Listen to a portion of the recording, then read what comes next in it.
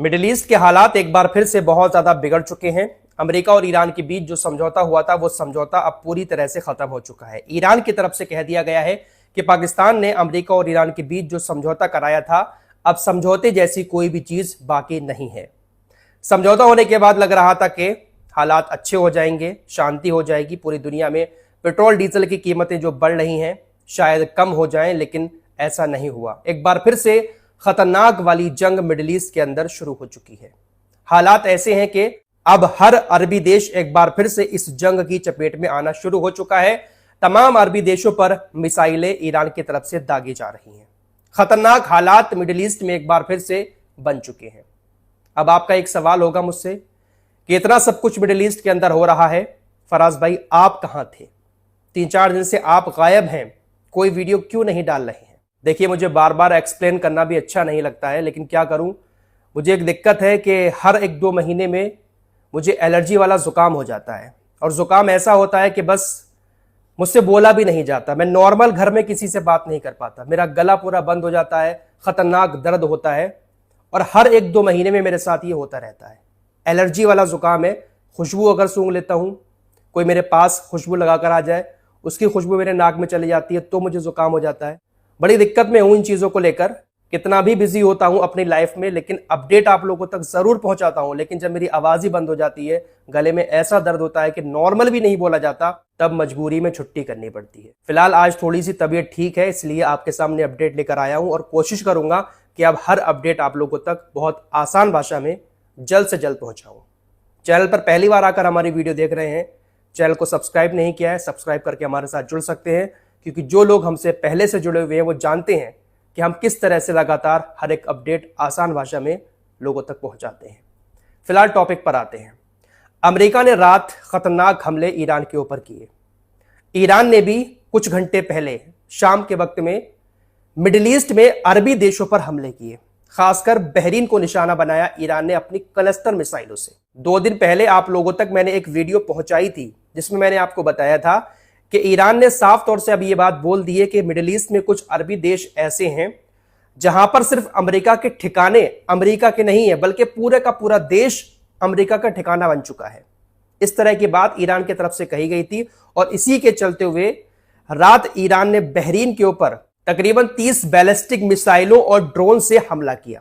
ये जो बैलिस्टिक मिसाइलें थी, ये क्लस्टर मिसाइलें थी। जिस तरह से ईरान इजराइल के ऊपर क्लस्टर बम का इस्तेमाल करके हमले कर रहा था, उसी तरह से बहरीन के ऊपर भी क्लस्टर मिसाइलों से हमले किए हैं। कई सारी जगहों पर धमाके की खबर है और ये हमले कोई अमेरिका के ठिकानों पर नहीं थे, बल्कि कुछ ऐसी जगहों पर थे जिन जगहों का इस्तेमाल अमेरिका की सेना बहरीन की सरकार के साथ मिलकर करती थी। उन जगहों पर ईरान ने क्लस्टर मिसाइलों से हमला किया। ईरान के टारगेट पर अब तमाम अरबी देश आ चुके हैं, खास तौर से कुवैत और बहरीन, क्योंकि इन दोनों देशों से सबसे ज्यादा हमले ईरान के ऊपर हो रहे हैं। कुवैत के अंदर भी कई सारे अमेरिका के ठिकानों को निशाना बनाया। साथ ही साथ ईरान ने कुवैत के कुछ और इलाकों में भी हमले किए। कुवैत की सरकार की तरफ से कहा गया, अलर्ट जारी करते हुए बताया गया कि हमारे एयर डिफेंस सिस्टम ईरान से आने वाली मिसाइलों को रोक रहे हैं। ईरान की तरफ से भी लगातार पलटवार किए जा रहे हैं, लेकिन अमेरिका की सेना तटीय इलाकों में, समुद्री इलाकों में जो ईरान के अड्डे बने हुए हैं, उन सभी को तबाह करने पर तुली हुई है। अमेरिका की सेना ने तटीय इलाकों में तकरीबन 300 ठिकानों पर पिछले 3 दिनों में हमले किए हैं। रात भी तकरीबन 7 घंटे तक, अमेरिकी सेंटकॉम के मुताबिक 7 घंटे तक अमेरिका की सेना ने तटीय इलाकों में ईरान के ठिकानों को तबाह किया है। ईरान का एक आइलैंड है किश आइलैंड, वहां पर बिजली बनाने का एक बहुत बड़ा प्लांट लगा हुआ है। वहीं पर ईरान का वाटर डिसोलिनेशन प्लांट भी लगा हुआ है, जहां पर समुद्री पानी को पीने लायक बनाया जाता है। अमेरिका ने वहां पर हमला किया। किश आइलैंड के ईरानी इंजीनियर्स ने बताया कि नुकसान बड़ा हुआ है, कई सारे यूनिट्स को बंद करना पड़ गया है, जिसकी वजह से बिजली सप्लाई खत्म हो चुकी है। साथ ही साथ पीने के पानी की भी दिक्कत सामने आ रही है, क्योंकि अमेरिका की सेना ने वहीं पर बम बरसाए हैं। लगातार तटीय इलाकों को अमेरिका की सेना तबाह कर रही है। नौसेना के जो मिसाइल ठिकाने हैं, ड्रोन ठिकाने हैं, उन पर हमले कर रही है। कई सारे सैन्य ठिकानों को तो अमेरिका ने पूरी तरह से तबाह कर दिया है। ईरान की बंदरगाहों को भी अमेरिका लगातार निशाना बना रहा है। और बड़ी खबर एक और सामने आ रही है, जिस तरह की नाकेबंदी अमेरिका ने पहले समुद्र में की थी, उसी तरह की नाकेबंदी एक बार फिर से ईरानी बंदरगाहों के लिए कर दी है। समझौता होने के बाद अमेरिका ने अपनी नाकेबंदी को हटा लिया था, लेकिन एक बार फिर से अमेरिका की सेना ने स्ट्रेट ऑफ हॉर्मुज के आगे और पीछे नाकेबंदी कर दी है। अमेरिका की सेना किसी भी जहाज को ईरानी बंदरगाहों पर पहुंचने से रोकेगी। अब कह सकते हैं कि यह समझौता पूरी तरह से खत्म हो चुका है। ना तो अमेरिका ईरान की बात मान रहा है और ना ही ईरान अमेरिका की बात अब मानेगा। पाकिस्तान और कतर जैसे देश बिचौलिया बनकर समझाने की कोशिश में लगे हुए हैं, लेकिन कोई भी देश नहीं मान रहा है। फिलहाल हालात बद से बदतर हो चुके हैं। डोनाल्ड ट्रंप ने कहा है कि आने वाले एक हफ्ते के अंदर हम और भी ज्यादा खतरनाक हमले ईरान के ऊपर करेंगे, जिसमें ईरान के पुल शामिल हैं और ईरान के ऊर्जा फैसिलिटी शामिल है। यानी जो बिजली बनाने वाले प्लांट है उन सभी को हम तबाह कर देंगे, जितने भी पुल बने हुए हैं उन सबको हम गिरा देंगे। रात डोनाल्ड ट्रंप ने मीटिंग की थी और उस मीटिंग में इस बात पर चर्चा हुई है। इजराइल अभी इस जंग में नहीं आया है, इजराइल की तरफ से अभी हमले नहीं किए गए हैं।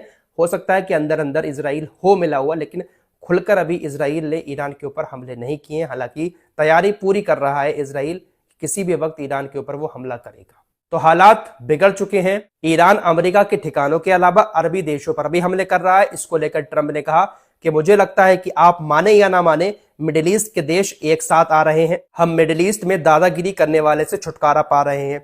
ईरान मिडिल ईस्ट में दादागिरी करता था, उसने इराक को परेशान किया, उसने हर एक देश को परेशान किया। पूरे मिडिल ईस्ट में डर का माहौल था, अब कोई डर नहीं है। ट्रंप की तरफ से इस तरह से अपनी जीत के दावे लगातार किए जा रहे हैं। वहीं दोस्तों एक और नई जंग मिडिल ईस्ट में शुरू हो चुकी है, सऊदी अरब और हुतीज के बीच। आपको लगातार हम बता ही रहे हैं काफी टाइम से, सऊदी अरब और हुतीज के बीच एक लंबी जंग हुई थी 10-12 साल की।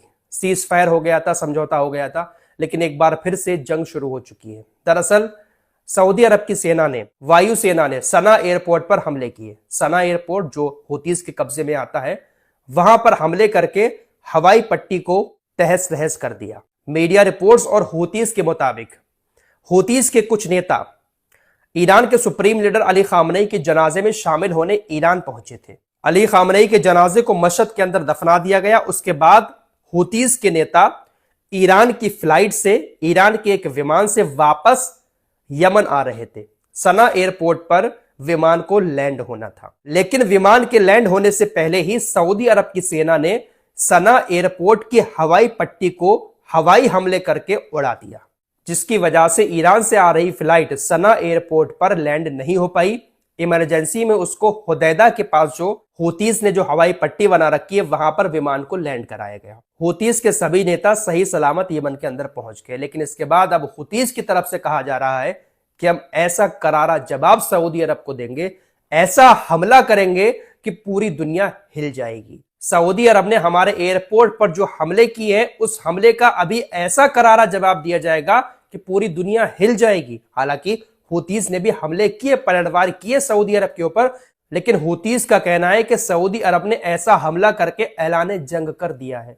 हम ऐसा हमला करेंगे, ऐसा पलटवार करेंगे कि पूरी दुनिया हिल जाएगी। एक्सियोस की रिपोर्ट के मुताबिक सऊदी अरब ने अमेरिका से मदद मांगी है हुतीज से लड़ाई करने के लिए। हुतीज के साथ सऊदी अरब की एक नई जंग शुरू हो चुकी है। हुतीज सऊदी अरब के ऊपर हमला जरूर करेंगे और बड़ा हमला करेंगे। फिलहाल हमले किए हैं, पलटवार किया है, लेकिन बहुत सारे हमलों को रोक लिया गया। कुछ जगहों पर मिसाइलें गिरी भी हैं, लेकिन हुतीज का पलटवार जरूर होगा और सऊदी अरब भी फिर हमले करेगा अमेरिका के साथ मिलकर।